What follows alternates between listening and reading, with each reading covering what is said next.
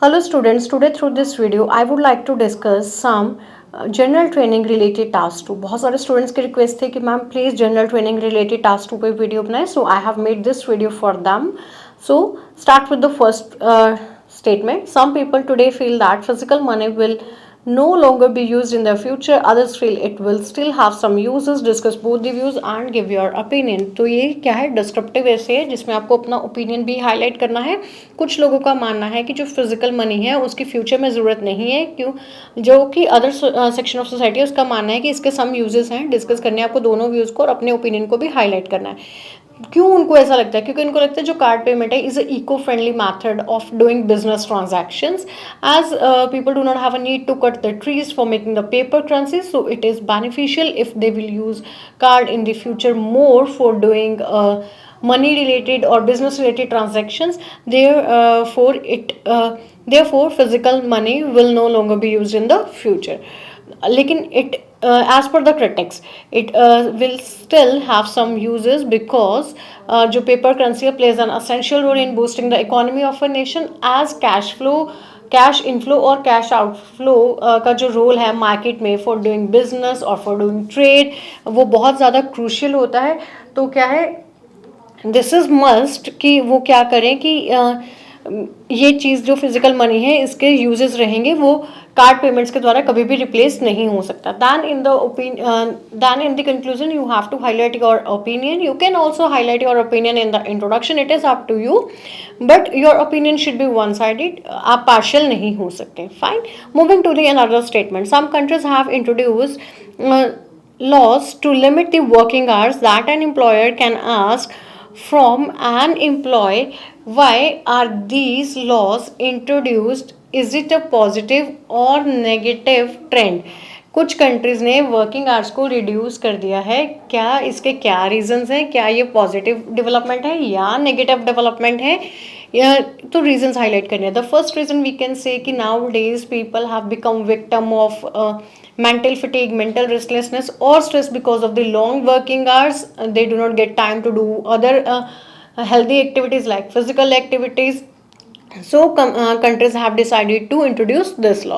If I talk about the another reason why countries have decided to do so, we can say the second reason is due to the long working hours. People do not get time to spend their time with their near and dear ones. So it create imbalance between their professional and personal life, जिसकी वजह से दोनों ही जो lives हैं वो क्या हो रही है, एडवर्सली इम्पैक्ट हो रही है. सो this law has been introduced.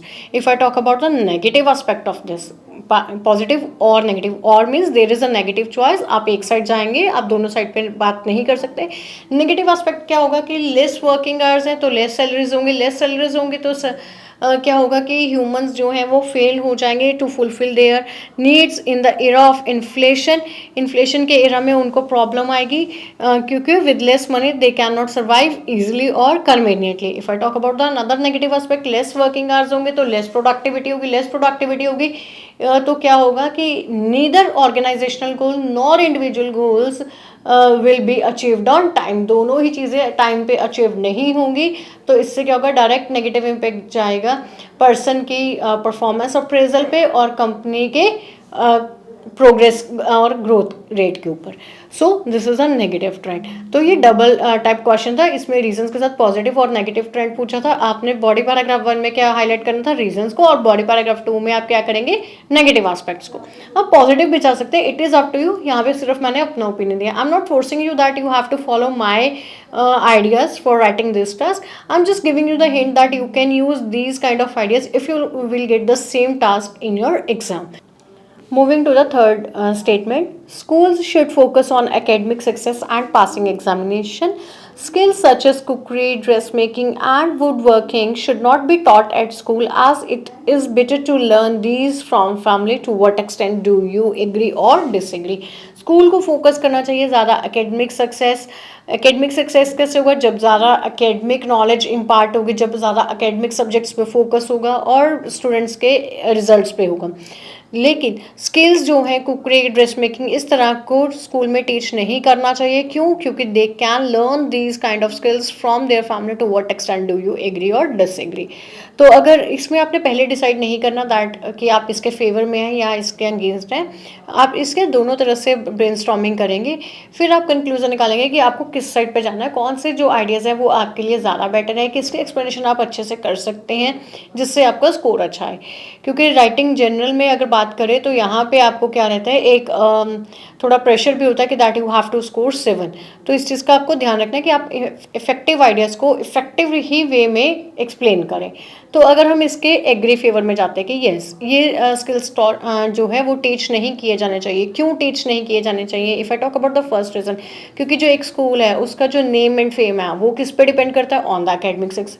So school authorities should pay more attention to the academic subject rather than paying attention to other things. If I talk about the another thing in the favor, then then there is an idea that school should not teach these subjects because students have already burden of lot of academic subjects and they have to study many or multiple subjects from 8 to 2.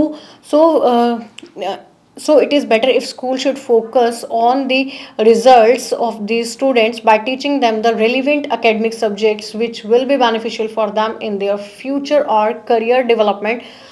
So other subjects should not be taught.